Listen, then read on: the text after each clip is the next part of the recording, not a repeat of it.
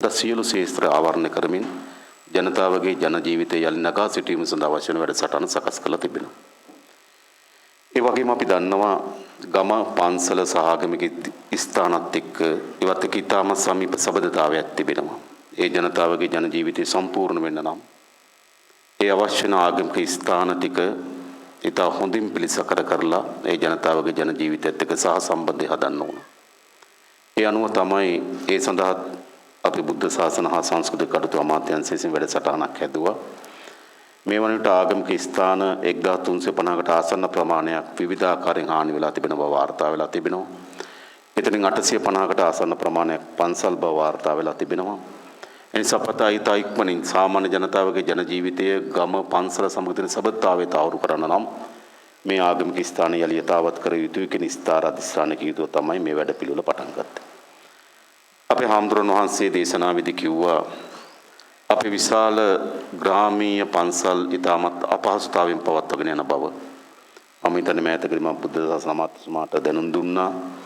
අපේ ග්‍රාමීය පන්සල් ටික තෝරාගෙන ඒ ආගමික ස්ථාන තෝරාගෙන ඒවා සංවර්ධනය කිරීම සඳහා වේගවත් වැඩසටහන සකස් කරන්න කියලා මම හිතන්නේ අපේ හාමුදුරුවෝ ඉතා ඉක්මනින් ඒ ග්‍රාමීය පන්සල් ටික තෝරාගෙන ඒකට අවශ්‍ය වෙන වැඩසටහන බුද්ධ ශාසන සංස්කෘතික අමාත්‍යාංශය පටන් ගන්න ලෑස්ති වේවි. මට මෙතනදී අවධානය යොමු කරන්න ඕන කරුණු කීපයක් තියෙනවා. එකක් තමයි මේ මධ්‍ය කඳුකරේ මතුවී තිබෙන ප්‍රශ්නේ. මෑතකදී ආසියානු සංවර්ධන බැංකුවෙන් කරන ලද සමීක්ෂණ වාර්තාවක් අපිට ඉදිරිපත් කරා. ඒ වාර්තාව අනුව මධ්‍ය කඳුකරේ අතීතයේ තිබුණු ආකාරයත් වර්තමානයේ තියෙන ආකාරයත් මේ විදිහටම ගියොත් අනාගතයේ ඇති වෙන ආකාරයත් අපිට පෙන්වන්න කරලා තියෙනවා. අනාගතයේ මේ පස් සෝදගෙන ගියපු ගල් විතරක් මතුවෙන තත්වයක් ඇති වෙන බව පෙන්වා දීලා තිබෙනවා. ඒ වගේම මේ මධ්‍ය කඳුකරේ පිහිටා තිබෙන බොහෝ ජලාශ රොම්මඩ වලින් පිරෙන තත්වයක් ඇති වෙන බව වාර්තා වී තිබෙනවා. මේ මධ්‍ය කඳුකරේ ආසන්න වශයෙන් ගත්තොත් අපේ රටේ මුළු භූමි ප්‍රමාණයෙන් 13.6ක්. හැබැයි මේ මුළු භූමි ප්‍රමාණයෙන් 13.6ට තමයි අපේ වර්ෂාපතනයෙන් සිට 76ක් ලැබෙන්නේ. මධ්‍ය කඳුකරයේ අපේ භූමියෙන් 13.6කට අපේ වර්ෂාපතනයෙන් සිට 76ක් විතර ලැබෙනවා. මේ කඳු මුදුනට ගිහිල්ලා බැලුවොත් මේ කඳු මුදුන් වල පස් තට්ටු තුනී වෙලා තියෙනවා. අපි දන්නවා සාමාන්‍ය වතුර ගබඩා කරගන්න පුළුවන් හොඳම තැන තමයි පස. මහ පොළොවේ තමයි වතුර ගබඩා කරන්නේ. මේ කඳුකාත් පද්ධතිය වතුර ගබඩා කරගත්තට පස්සේ ඒක ක්‍රමානුකූල රූරා ගලා බහිමින් දියඇලි උල්පත් දියඇලි බවට පත් වෙමින් ගංගා බවට පත් වෙමින් ගලාගෙන යනවා. නිසා වැදගත් මේ මධ්‍ය කඳුකරේ ආරක්ෂාව අපේ ප්‍රධාන ගංගා සහ මොය අපේ ගලාගෙන යන 103ක් මේ මධ්‍ය කඳුකරෙන් සියල්ල ආරම්භ වෙන්නේ. එනිසා අපි හිතන මේ ඉතාමත් වැදගත් මේ මධ්‍ය කඳුකරේ සුරක්ෂිතභාවය. සමහර කඳු මුදුන් වල පස්තත් ඉතාමත් තුනී වීමේ හේතුවත් එතනින් තමයි මේ නායාම ආරම්භ වෙන්නේ. ඒ පස් තට්ටුව දරා ගන්න බැරි වතුර ප්‍රමාණය කුඩා තට්ටුවක් වුණාට පස්සේ ඒකට දරා ගන්න බෑ. ඒකට මේක පහළට ගලාගෙන ඇවිල්ලා පහළින් නායන්න පටන් ගන්නවා. මේක තමයි ඇති වී තිබෙන්නේ. ඒ නිසා අපිට පුළුවන් මේ මධ්‍ය කඳුකරේ මේ විදිහටම පවත්වාගෙන යමින් අනාගතයේ අතිශය විනාශකාරී තත්වයකට ඇතිවීම ඉඩ දීලා බලාගෙන ඉන්න. නමුත් ආණ්ඩුවක් හැටියට අපි සූදානම් නැහැ. ඒ නිසා අපි තීරණයක් කරන් තිබෙනවා දැන්ටත් අපි පනතක් සහ ඒ පනත අනුව අධිකාරියක් පිහිටවීමට අපි තීන්දුවක් කරන් තියෙනවා. අපිට අවශ්‍යයි මේ මධ්‍ය කඳුකරේ සියල්ල ඒකාබද්ධ කරන ආයතනයක් හදනවා. මොකද දැනට තිබෙන්නේ ගොඩක් කුසිකර්ම දෙපාර්තමේන්තුව කුසික වගා සැලසුම් සකස් කරනවා. වාරි මාර්ග දෙපාර්තමේන්තුව වාරි මාර්ග සැලසුම් සකස් කරනවා. මහවැලි අධිකාරිය තව වාරි මාර්ග සැලසුම්, වනජීවි දෙපාර්තමේන්තුව තව, නිවාස අධිකාරිය තව නේද? මේ ආදී මේවා විශාල ලෙස බීදිලා තියෙන්නේ. ඒ නිසා මේ මධ්‍ය කඳුකරේ නැවත සුවපත් කරන්න නම් මේ සියලු බලය එකට ලැබෙන අධිකාරිය පිහිටවිය යුතුයි. ඒ අධිකාරිය සියලු බලය දෙන කුසකර්මාන්ත සැලසුම් හදන්නේ, වාරි මාර්ග සැලසුම් හදන්නේ, වනජීවි වන සංරක්ෂණ සැලසුම් හදන්නේ, නිවාස යලි පදිංචි කිරීම මේ සියලු සැලසුම් හදන්නේ එක අධිකාරියකි. ඉතින් පූර්ණ බලය සහ ශක්තිය පූර්ණ බලය සහ රැකවරණය දෙන ශක්තිමත් නීතියක් දැන් අපි හදන්න කියලා බාර දීලා තිබෙනවා. අපි ඒ සඳහා ආසියානු සංවර්ධන බැංකුවේ සහාය අපේක්ෂා කරලා තිබෙනවා. ඒ නිසා විශේෂයෙන්ම අපි මේ අවුරුද්ද ඇතුළත අලුත් අධිකාරියක් පිහිටවනවා. මේ මධ්‍ය කඳුකරේ මුළුමනින් මේ අධිකාරිය විසින් බලාගත යුතුයි. සියලු සැලසුම් ඒ අධිකාරියෙන් අවසර ලබා ගත යුතුයි. ඒ අධිකාරියට විශාල බලතල ලැබෙනවා. එම්ම සැලසුම් සහ උපාය මාර්ග වරමුණු කුමන හෝ තැනක බිඳෙනවා නම් ඒකට එරෙහිව දැඩි නීතිමය ක්‍රියාමාර්ග ගන්න අවශ්‍ය වෙන විදිහට මේ අධිකාරිය පිහිටීමට බලාපොරොත්තු වෙනවා. ඒක වැදගත් කියලා මම හිතනවා මේ මධ්‍ය කඳුකරේ යලි සුරක්ෂිතභාවය වෙනුවෙන්. මේ මෙතන ඉන්න අපේ වැඩිහිටි අම්මලා තාත්තලා බලන්න. උගල මතක ඇති මේවා තිබුණේ කොහොමද කියලා. අපිට මතකයි අපි පොඩි කාලේ කඩු ගන්නාව නගිනකොට අපිට දිය සීරාවේ සද්ද ඇහෙනවා. කන් අගුල් වැටෙනවා. රැහැයියන්ගේ සද්ද ඇහෙනවා. අද එහෙම කඩු ගන්නාවක් තියෙනවද අපේ ජීවිතේ? අර පැත්තේ වැල්ලවායෙන් ඇල්ල නගිනකොට අපිට ඒ විදිහටම දිය සීරාවල සද්ද ඇහුණා. ඒ විදිහටම කන් අගුල් වැටුණා. ඒ විදිහටම රැහැයියන්ගේ සද්ද ඇහුණා. අද ඇහෙනවද? එනිසා අපිට අපේ ජීවිත කාලය ඇතුළතම අපි දැකලා තියෙනවා මේ මධ්‍ය කඳුකරයට සිදු වූ හානියේ ප්‍රමාණය. එනිසා යලි මේක සුවපත් කරන්න ඕනමයි. මොකද මේ මධ්‍ය කඳුකරේ මත තමයි අපේ රටේ මුළු ආර්ථිකය මුළු ජීවන තත්ත්වය මුළු සමාජ ජීවිතය රඳාපවතින මධ්‍ය කඳුකරේ මත. ඈත පොළොන්නරුව අනුරාධපුරේ පළාත් වලට වතුර ලැබෙන මේ මධ්‍ය කඳුකරේ. අපි මධ්‍ය කඳුකරේ අපේ මුළු ආර්ථික සමාජ ජීවිතේ හදවත. ඒක පළදු වෙලා තිබෙන්නේ. එනිසා තවදුරටත් එහෙම ඉඩ දෙන්න මම විශේෂයෙන්ම ජනතාවගෙන් අපි අපේක්ෂා කරනවා ඒ අදාළ සැලසුම් වලට අපිට සහාය දෙන්න අපේ අනාගත පරම්පරාව වෙනුවෙන් මේ මධ්‍ය කඳුකරේ ආරක්ෂා කර දීම වෙනුවෙන්. ඒ සඳහා අවශ්‍ය වෙන අධිකාරියක් බලතල සහිත අධිකාරියක් අපි මේ අවුරුද්දේ පිහිටීමට බලාපොරොත්තු වෙනවා. ඉතාමත් හොඳ කාර්යක්ෂම නිලධාරී යාන්ත්‍රණයක් තරුණ කණ්ඩායම බඳවගෙන නැවත සුවපත් කිරීම සඳහා අවශ්‍ය වෙන බලකායක් අපි හදනවා. ගම් ගානේ, පාරවල් ගානේ, එළදොළවල් පුරා එවිදිමින් ඒවට ඇති විවිධ විනාශය අද්ද නේද එකතු කරගනිමින් ඒවා වෙනස් කිරීම සඳහා අවශ්‍ය වෙන පරිච්ඡේද සහිත අලුත් යාන්ත්‍රණයක් අපි හදන්න අපේක්ෂා කරනවා. මේකෙන් කිසිසේත්ම අපි ප්‍රාදේශීය ලේකම්තුමාලගේ ඒ බලතල වලට හානියක් වෙන්නේ නැහැ. ඒ බලතලයේ සීම තිබෙන ගමන් නමුත් මේ මුළුමනින්ම ඉලක්ක කරගෙන මේ මධ්‍ය කඳුකරේ මුළුමනින්ම ඉලක්ක කරගත්තු වෙන කාර්යයක් නෙවෙයි තිබෙන්නේ. ඒ මුළුමනින්ම සුවපත් කිරීම ඉලක්ක කරගත්තු කාර්යභාරයකට අපි අවතීර්ණ වෙන්න ඕන කියලා අපි තීරණය කළා තිබෙනවා. ඒ වගේම අපි ආම්දුරන් වහන්සේ කිව්වා මේ ගම්වල තියෙන ජීවන තත්ත්වය පිළිබඳ අපි දන්නා මේ තාමත් අමාරු ගම්. හැබැයි අපි තන මේ ගම් වලින් අපිට මේ ව්‍යසනෙන් ගොඩ එන පාරවල් කීපයක් තිබෙනවා. එකක් තමයි දැන් ඉන්න පවුලට අවශ්‍ය වෙන ආර්ථික වටපිටාව සහ අවශ්‍ය වෙන යටිතල පහසුකම් නිර්මාණය කරලා දෙන එක. අපි ඒකට විශාල වෙහෙසක් දරනවා. අපි මේ අවුරුද්දේ ප්‍රජාශක්ති කියන වැඩසටහන ආරම්භ කරනවා. ඒ ප්‍රජාශක්ති වැඩසටහන යටතේ අපි මිලියන 24000ක් වෙන් කරලා තිබෙනවා. ග්‍රාමීය ජනතාවගේ ජීවන තත්ත්වය සහ සමාජ තත්ත්වය උසස් කර ගැනීම වෙනුවෙන්.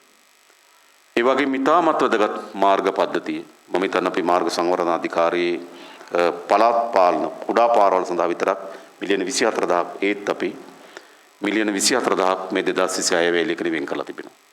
ඒ වගේම පළාත් සභා වලටත් අපි මිලියන 8000කට වඩා වැඩි ප්‍රමාණයක් ඒ පාරවල් වෙන් කිරීම සඳහා යොමු කරලා තියෙනවා. පළාත් පාලන ආයතන තමන්ගේ උපයා ගන්න ආදායමේ යම් ප්‍රමාණයක් මේ පාරවල් සකස් කර ගැනීම සඳහා වෙන් කරાવી. ඉතින් මම හිතනවා පළාත් සභාව නේද මේ පාර පළාත් සභාවට ඇති පාරක් නේද සල්ලි වෙන් කරලා තියෙන මේ අවුරුද්දේ. මේ අවුරුද්දේ සල්ලි වෙන් කරලා තිබෙන්නේ. ඒ නිසා මේ පාර ඉතා ඉක්මනින්ම ප්‍රතිසංස්කරණ වැඩ කටයුතු අපි ආරම්භ කරන්න බලාපොරොත්තු වෙනවා. අපිට අවශ්‍යයි මේවට අවශ්‍ය යටිතල පහසුකම් ටික අපි හදලා දෙන්න. ඊළඟ ජනතාවගේ ජන ජීවිත උසස් කරන්න විශේෂයෙන්ම ආදන්න මෙහි වතු ආශ්‍රිත වැඩ කරන ජනතාවට මේ මාසේ වැටුප හම්බෙන්නේ පෙබරවාරි 10. පෙබරවාරි 10 ලැබෙනකොට දවසකට රුපියල් 1750ක වැටුප පෙබරවාරි මාසේ 10 වෙනිදාට ලැබෙනවා. අපි තවත් ඒ වැඩි කරන්න උත්සාහ කළ යුතුයි. නමුත් ලංකාවේ පළවෙනි වතාවට අපි රුපියල් 400ක දෛනික වැටුප වැඩිවීමෙන් රුපියල් 200ක් ආණ්ඩුව දරා ගන්න තීරණය කරා. හේතුව අපි වත් සමාගම් එක සාකච්ඡා කරා. ඒ වගේ තත්ත්වයක් අපි බැලුවා. අපි සමාගම් ඒ ආයතන මුළුමනින්ම බිඳවට්ටව අපිට යන්න බෑ. සාමාන්‍යයෙන් ගත්තොත් සමාගමක සිට 65 70ක් අතර ප්‍රමාණයක් තියෙන වැටුප මේ මුළු වියදමින් සිට 65ක් 70කට ආසන්න ප්‍රමාණයක් තියෙන වැටුප වැටුප විශාල ලෙස වැඩිවීමක් යම් ප්‍රමාණයකට ඒ වගේ අසාර්ථකත්වයට පත් වීම ඉඩ කඩ තිබෙනවා. ඒ නිසා අපි කිව්වා අපිත් කොටසක් දරා ගන්නවා ඕගොල්ලොත් කොටසක් දරා ගන්න. ඒක තමයි අපි ආරම්භක පියවර. ඒ කියන්නේ වතු ආරක්ෂා කරගනිමින් එහි වැඩ කරන ජනතාවට අවශ්‍ය සහාය ලබා දීම තමයි අපේ අපේක්ෂාව බවට පත් උනේ. අපි ඒ කාර්ය කරන්න. එනිසා අපි ආණ්ඩුවක් හැටියට අපේ ප්‍රබලතම අපේ අපේක්ෂාවන් අතර ප්‍රධානම දේ තමයි මේ ග්‍රාමීය දුප්පත්භාවය තුරන් කරන්න ඕන. එනිසා උන්ට අලුත් ආර්ථික අවස්ථා හදන්න. මම හිතන්නේ මේ අවුරුද්දේ අපි කුඩා ණය යෝජනා ක්‍රම විශාල ප්‍රමාණයක් සකස් කරලා තිබෙනවා. බිලියන 96ක් කෝටි 9600ක් අපි වෙන් කරලා තිබෙනවා. සුළු හා මධ්‍ය පරිමාණ ණය යෝජනා ක්‍රම ලක්ෂ 5 10 සිට මිලියන 25 දක්වා ණය යෝජනා ක්‍රම ගණනාවක් අපි යෝජනා කරලා තිබෙනවා. ඒ වගේම ග්‍රාමීය දුප්පත්භාවයේ පෙළෙන නිසා තමන්ට වාතාශ්‍රිත සහිත නිවසක් නැහැ. අපි මේ අවුරුද්දේ අයවැයලියකින් සැලසුම් හදලා තිබුණා අලුත් නිවාස 31000ක් හදන්න. ආණ්ඩුවේ උදව් උපකාර සහිතව අලුත් නිවාස 31000ක් හදන්න අපි සැලසුම් කරලා තිබුණා. ඒ අතර අපි මේ දිට්වා ව්‍යසනයේ හමුවේ මම හිතන්නේ තවත් අපිට අලුත් නිවාස 20000ක්වත් හදන්න සිද්ධ වෙනවා. ඒ නිසා මේ වසරේ අලුත් නිවාස 51000ක් හදන්න අපි සැලසුම් කරලා තිබෙනවා. ඒ ඉලක්ක මම හිතන සාර්ථක කරගෙන ප්‍රාදේශීය ලේකම්තුමාලාගේ සහාය අපිට අවශ්‍යයි. මොකද විශේෂයෙන්ම දිට්වා විනාශයේදී පත් වෙලා තිබෙන නිවාස ගොඩනැගීමේදී ඔබතුමන්ට පැවරලා තියෙන කාර්යභාරය විසල මම දැන් ඉඩම් ප්‍රශ්න තිබෙනවා. අපි මේ දිට්වා නිවාස ගොඩනැගීමේ ආකාර කීපයකට සැලසුම් කරලා තියෙනවා. එකක් තමයි එයාගේ ඉඩම ඉතුරු වෙලා තිබෙනවා නම් දැම්මම අපි මිලියන 5 ලබා දෙනවා යට ගේ හදාගන්න කියලා. එයාට ඉඩමක් අහිමි වෙලා තිබෙනවා නම් එතන සුදුසු නැත්තම් අපි රජයේ ඉඩමක් අරගෙන එයාට ඉඩම දීලා අපිට ගේ හදාගන්න පුළුවන්. එහෙම නැත්තම් ඉඩම අරගෙන රජයේ විසින්ම නිවාස සංකීර්ණයක් හදලා එයාට මිලියන 5ක් වටින ගයක් ලබා දෙන්න අපිට පුළුවන්කම තිබෙනවා. ඒ වගේම අපිට ඉඩම් නැත්තම් රජයේ පෞද්ගලික ඉඩම් මිලදී ගන්න මම හිතන්නේ අපි අත්‍යවශ්‍ය සේවා කොමසාරිස්තුමා දිස්ත්‍රික්කයට ආවා නේද? එතුමා දැනුම් දෙන්නේ නැති මම හිතන්නේ. ඉඩමක් රජයේ ඉඩම් නැත්තම් රජයේ ඉඩමක් මිලදී ගන්න අපි මිලදී ගැනීම සඳහා අවශ්‍ය මුදල් ප්‍රතිපාදන ලබා දෙන්නම්. රජයේ විසින් ඉඩමක් මිලදී අරගෙන එයාට නිවාසයක් හදන්න ඕන. ඒ නිසා මේ වසර ඇතුළත මේ නිවාස 51000 අපි අයවැය ලේඛනෙන් අපේක්ෂා කරන නිවාස 31000ත් මේ නිවාස 20000ත් අපි හදන්න ඕන. ඒ ලොකු අභියෝගයක් නේද? මම හිතන්නේ සාර්ථක කරගන්න පුළුවන් වේවි කියලා හිතනවා. අපේ රාජ්‍ය ආන්තරය සඳහා දක්වන මැදිහත් වීම මත. ඊළඟ අපේ ග්‍රාමීය දුප්පත්භාවය තුරන් කිරීමේ වැදගත්ම කාර්යයට ලෙස අපි කල්පනා කරන්නේ අධ්‍යාපනය. අපේ හාමුදුරන් වහන්සේත් කිව්වා. මේ අධ්‍යාපනය ඇත්තටම අපි විශාල ප්‍රතිසංස්කරණයක් අපේක්ෂා. ඇත්තට මේක ප්‍රතිසංස්කරණයක් කෙනාට වඩා අධ්‍යාපන පරිවර්තනීය යුගයක් අපිට ඕන. අපි දන්නවා මේ ගම්වල ඉන්න අය සාමාන්‍ය චක්‍රීය දුප්පත්කමට මුහුණ දෙලා. ඒක චක්‍රීය අර්බුදයක්. සීයා ආච්චි දුප්පත්, අම්මා තාත්තා දුප්පත්, පුතා දුව දුප්පත්, ඊළඟ මුණුබුරා මිනිබිරිය දුප්පත්. මේ දුප්පත්භාවය පරම්පරාවෙන් පරම්පරාවට ගලාගෙන එනවා. ඒක අර්බුදයක්. තව පැත්තකින් මතුවෙනවා තමන් හොඳ ආර්ථිකයක නියැලී තිබුණා. ආර්ථිකයේ බිඳ වැටීම හේතු කොටගෙන දුප්පත්භාවයට පත්වෙච්ච අවස්ථා තිබෙනවා. තව අවස්ථාවක් තියෙනවා තමන්ගේ ගෙදරට ආදායම උපයපු කෙනා හදිසියේ මේ යාම හෝ ආදායම් ඉපීම අහිමි වීම විසින් දුප්පත්භාවයට පත් වෙනවා. ඒ නිසා මේ දුප්පත්භාවයේ ආකාර ගණනාවකින් අපේ ගම්වල මතුවෙන තත්ත්වයක් තිබෙනවා. හැබැයි අපි දන්නවා මේ දුප්පත්භාවය නැති කිරීමේදී ප්‍රධානම එක අධ්‍යාපනය. ඒ නිසා අපේ ගම්වල කියමනක් තියෙනවා ගෙදර කොල්ලෙක් ඉගෙන ගත්තොත් ගෙදරම ගොඩ යනවා කියලා. එක දරුවෙක් ඉගෙන ගත්තොත් ගෙදරම ගොඩ යනවා. ඒ නිසා අධ්‍යාපනය තමයි අපේ ආණ්ඩුවේ වැඩිම අවධානය යොමු කරලා තිබෙන්නේ. අපේ අධ්‍යාපනයේ තිබෙන ප්‍රශ්නයක් තිබෙනවා. මම දත්ත අරගෙන බැලුවා. O level විභාග ලියන්න කලින් ළමුන් 38000 පාසල් හැර යනවා. O level විභාග ලියන්න කලින්. පළවෙනි පන්තියට ඒ කාලේ 320000ක් විතර දැන් 280000ක් විතර ඇතුල් වෙන්නේ. 320000ක් විතර ඇතුල් වෙනකොට ළමයි 38000ක් එකකින් O level ලියන්න කලින් අත්තර යනවා. අපි බන්ධනාගාරගත වූවාගෙන් බැලුවා. ඒකෙන් 74%කට ආසන්න ප්‍රමාණයක් 10 පන්තියට යටින් ඉන්න අය. එනිසා ඒගොල්ලෝ අපරාධ වලට සම්බන්ධ වෙනවා. මද්ද්‍රව්‍ය වලට සම්බන්ධ වෙලා තිබෙනවා. එනිසා මේ O level වලට පෙර පාසල් හැර යන එක නතර කරන්න. ඊළඟ O level වලින් තව විශාල ප්‍රමාණයක් පාසල් හැර යනවා. ඊට ඉතුරු වෙච්ච ප්‍රමාණයක් තමයි A level වලට යනවා. A level වලින් යම් පාස් වෙන ප්‍රමාණයක් විශ්වවිද්‍යාලය යනවා. ඔක තමයි අපේ අධ්‍යාපන මාවත. නමුත් අපි තෝරන අධ්‍යාපන පාර එක නෙවෙයි. අනිවාර්ය ලෙස අවුරුදු 13ක අධ්‍යාපනය ලබා දෙන එක ආණ්ඩුවේ වගකීම. අනිවාර්ය ලෙස අවුරුදු 13ක අධ්‍යාපනය ආණ්ඩුව ලබා දෙනවා. අපි දැනට අනුරාධපුර ප්‍රදේශයේ පාසලක මේක අත්අඩංගුවෙලිම කරලා තිබෙනවා. අපි ඒක අනිත් පාසල් වලටත් සැලසුම් කරමින් තිබෙනවා. දරුවා පාසලට ආවේ නැත්නම් දෙමව්පියන්ට SMS පණිවිඩයක් කරන දරුවා පාසලට ආවේ නැහැ කියලා. ඒ වගේම අපි අපේක්ෂා කරන ප්‍රාදේශීය ලේකම් මට්ටමින් යන් නිලධාරි කණ්ඩායම පත් කරන්න දරුවා පාසලට ආවේ නැත්නම් නිලධාරි මහත්මයාට යන මේ දරුවා පාසලට ආවේ නැහැ කියලා. දවස් 2-3ක් එක දිගට ආවේ නැත්නම් ඒ දරුවට මොකද උනේ කියලා බලන්න ඕන. නැවත ඒ දරුවා පාසල් ගෙනියන්න. එක දරුවෙක්වත් අවුරුදු 13 අධ්‍යාපනයෙන් තොරව පාසලෙන් එළියට වැටෙන්න බෑ. ඒක අපේ අපේක්ෂාව. ඊළඟ අධ්‍යාපන ප්‍රතිසංස්කරණ වැදගත් සාධක කීපයක් අපේ හාමුදුරුවෝ වහන්සේ කිව්වා වගේම පොත්වල තියෙන බර සහ අපේ විෂය නිර්දේශයන්ගේ තියෙන යම් පැරණිභාවය සහ නූතන ලෝකයේත් නව දැනුමත් එක්ක සම්බන්ධ වෙලා තියෙනවද? ඒ ඔක්කොමත් එක්ක අපි මේ අධ්‍යාපන නව පරිවර්තනය කරන්න සැලසුම් කරලා තිබෙනවා. එහිදී අපි අපේක්ෂා කරන ආකාර කීපයක් කාණ්ඩ 4කට කඩනවා. 1 5 6 9 9 11 11 13 කාණ්ඩ 4කට තමයි අපේ අධ්‍යාපනය පවතින්නේ. ඒ කාණ්ඩ 4ෙදී ඒ කාණ්ඩ 4ම අඛණ්ඩතාවයක් තියෙනවා. දැන් අපි O level කරනකොට O level සහ A level අතර සබඳතාවයක් නැහැ. සහ O level කරනකොට ප්‍රතිඵල මත තමයි අපි A level කරන්නේ මොකද්ද කියලා තීරණය කරන්නේ. හැබැයි නව අධ්‍යාපන ක්‍රමේදී O level කරනකොටම උසස් පෙළ කරන්නේ කොහොමද කියලා තීරණය කරන්න පුළුවන් අවශ්‍ය නොපරිදි විෂයන් තෝරා ගැනීමට අයිතිය ලබා දෙනවා. O level කරනකොට දන්නවා මොකද්ද අපි A level ට යන්නේ කියලා. නමුත් බොහෝ ගම්වල වෙන දේ තමයි O level වල ප්‍රතිඵල මත තමයි A level කරන්නේ. එහෙම නැත්නම් O level කරාට පස්සේ තමන්ගේ ගමේ තියෙන ඉස්කෝලේ තියෙන විෂය ධාරාවන් අනුව තමයි A level කරන්නේ. එහෙමනේ වෙලා තියෙන්නේ. ඒ නිසා ඒක අපි වෙනස් කරනවා. O level කරනකොටම දන්නවා මොකද්ද A level වලට මං හදාරන්නේ කියලා. ඒත් A level වලින් පස්සේ යට පාරවල් දෙකක් තියෙනවා. එකක් එයාට යන්න පුළුවන් මේ තියෙන විශ්වවිද්‍යාල පද්ධතියේ තියෙන පාරට යන්න පුළුවන්. අනිත් පැත්ත තමයි වෘත්තීමය පුහුණු ලබන පාරක් අපි හදන්න ඕන. මේ අවුරුද්දේ අපි වෘත්තීය පුහුණු මධ්‍යස්ථාන සඳහා පමණක් මිලියන 8,000ක් වෙන් කරලා තිබෙනවා. මිලියන 8,000. 2032 දී තමයි අපි අපේක්ෂා කරේ පළවෙනි A level දරුවෝ එළියට එනවා කියලා මේ ප්‍රතිසංස්කරණ හරහා මේ 6 පන්තියට මේ අවුරුද්ද ඇතුළු වුණා නම් 2032 දී තමයි ඒගොල්ලෝ එළියට එන්නේ. તો 2032 වෙනකොට රට පුරා ඉතාමත් පිළිගනු ලබන වෘත්තීය පුහුණු මධ්‍යස්ථාන ගොඩනැගීමට අපේ අඩුම තරමේ දිස්ත්‍රික්කයකට දෙකක්වත් තියෙන්න ඕන. ඒවර නූතන වෘත්තීය අධ්‍යාපන ලබා ගන්න පුළුවන්කම තිබෙන ඒ සඳහා දියුණු ක්‍රමයක් අපි හදන්න. ඒ සඳහා අපි පනත සංශෝධනය කරන්න.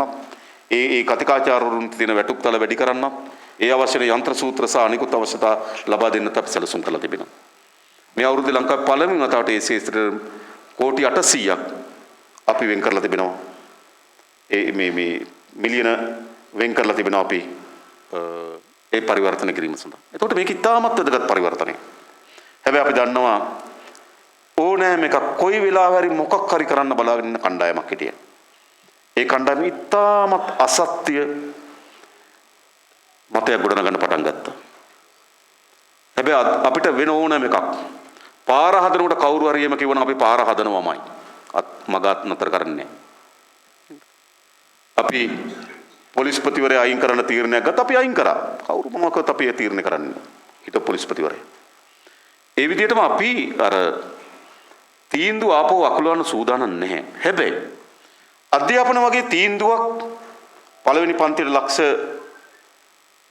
2.5-3ක් වගේ ඉන්නවා. 6 වෙනි පන්තියේ ළමයි ලක්ෂ 2.5-3ක් වගේ ඉන්නවා.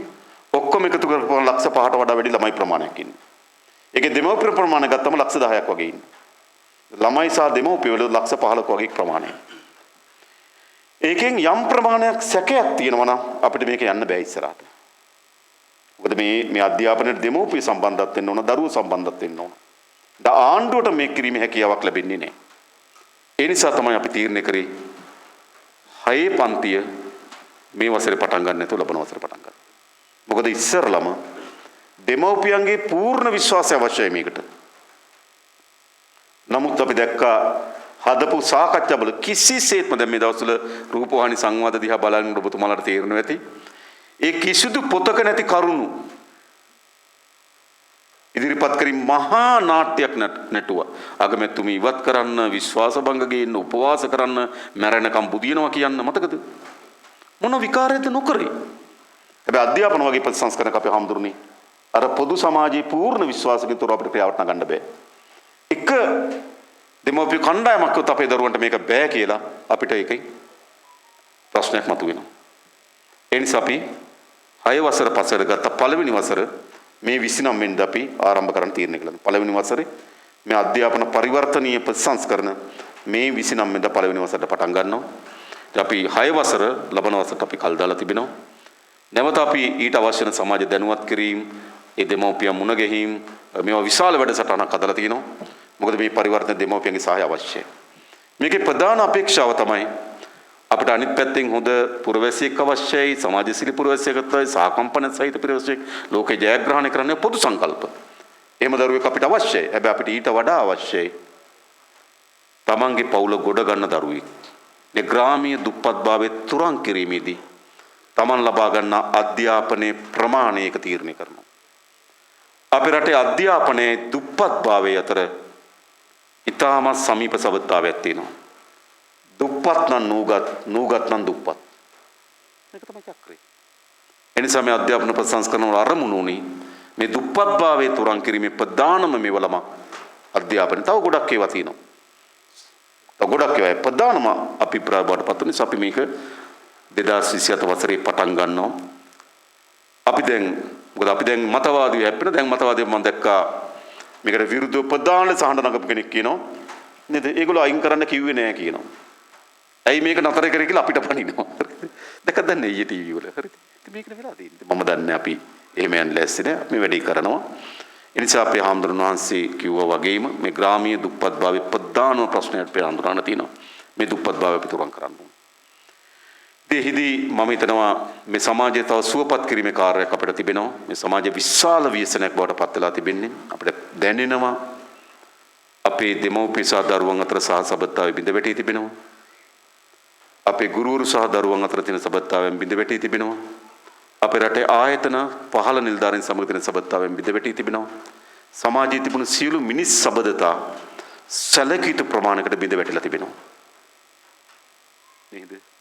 අපට අවශ්‍යයි යහපත් මිනිස් සබඳතාවයන් සහිත සමාජය. පොලිස් නිලධාරි මහත්මයා සහ පුරවැසියා අතර සබඳතාවය, රාජ්‍ය නිලධාරි මහත්මයා සහ ඔහුගෙන් සේවය ලබා ගන්න මහජනයා අතර සබඳතාවය, හාමුදුරන් වහන්සේලා සහ දායක සභාවන් අතර සබඳතාවය, පාසල් ගුරුවරුන් සහ දරුවන් අතර සබඳතාවය, මේ සියලු සබඳතාවයන් ඉතාමත් විනාශකාරී තත්ත්වයකට පත් වී තිබෙනවා. ඒ නිසා අපිට යලි මේ රට සමාජීය වශයෙන් ගොඩනගන නම් මේ තියෙන යහපත් සබඳතාවයන් අපි යලි ස්ථාපනය කළ යුතුයි. එහිදී මම හිතනවා අපි හාමුදුරන් වහන්සේලාට, අපි කුරුක්කොල්තුමාලට, අපි පූජකතුමාලට පැවරී තිබෙන කාර්යභාරය අතිශය විශාලයි.